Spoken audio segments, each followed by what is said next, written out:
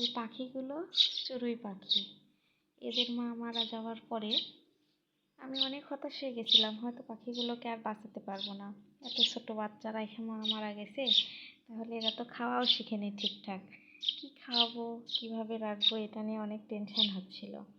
পরে আল্লাহর রহমতে যাই হোক ফাইনালি বাচ্চাগুলো এখন অনেক আগের তুলনায় অনেক বড় হয়ে গেছে, আর পোষও মেনে গেছে। এখন আমি যেখানে যাই সবসময় আমার কাছে চলে আসে, হাতের কাছে চলে আসছে, খাওয়াই তো ছোটো বাচ্চা। এই জন্যেই বলে যার কেউ নেই তার আল্লাহ আছে। আল্লাহ তাআলা বাঁচালে সেগুলো তো মারার ক্ষমতা কারোই নাই। এত ছোট থাকতে মা মারা গেছে। আমি জাস্ট চেষ্টা করছি এগুলোকে বাঁচানোর জন্য। এই পাখিগুলোকে আমি অনেক পরিশ্রম করে প্রতিদিন নিজ হাতে খাবার খাওয়াই, পানি খাওয়াই। আর আমি সবসময় আল্লাহর কাছে প্রে করি, আল্লাহ বাচ্চার মাগুলো মারা গেছে, বাচ্চাগুলো যেন মারা না যায়, অনেক ছোট, এগুলো যেন বেঁচে যায়। বাচ্চাগুলো মানে এমন অবস্থা হয়ে গেছে, সব সময় এখন এরা আমার সাথেই থাকে। আমি যেখানেই যাই সেখানেই কিছু কিছু যাই। ইচ্ছা থাকলে সবই সম্ভব, তাই না?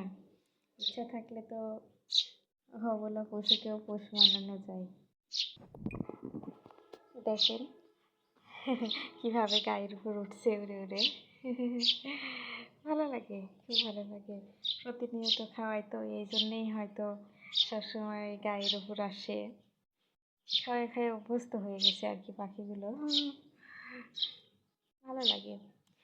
এটা হচ্ছে মানসিক শান্তি।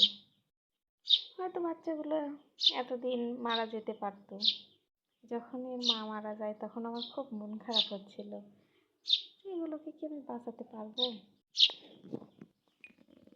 যাই হোক ফাইনালি এখন মানসিকভাবে অনেক তৃপ্তি পাচ্ছি যেগুলো বেঁচে গেছে, মরেনি।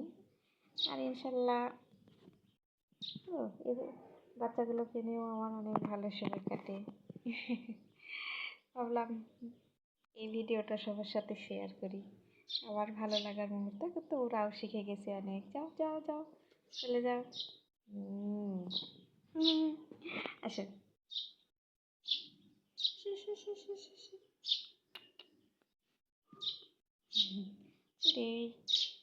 হ্যাঁ চলে আসো।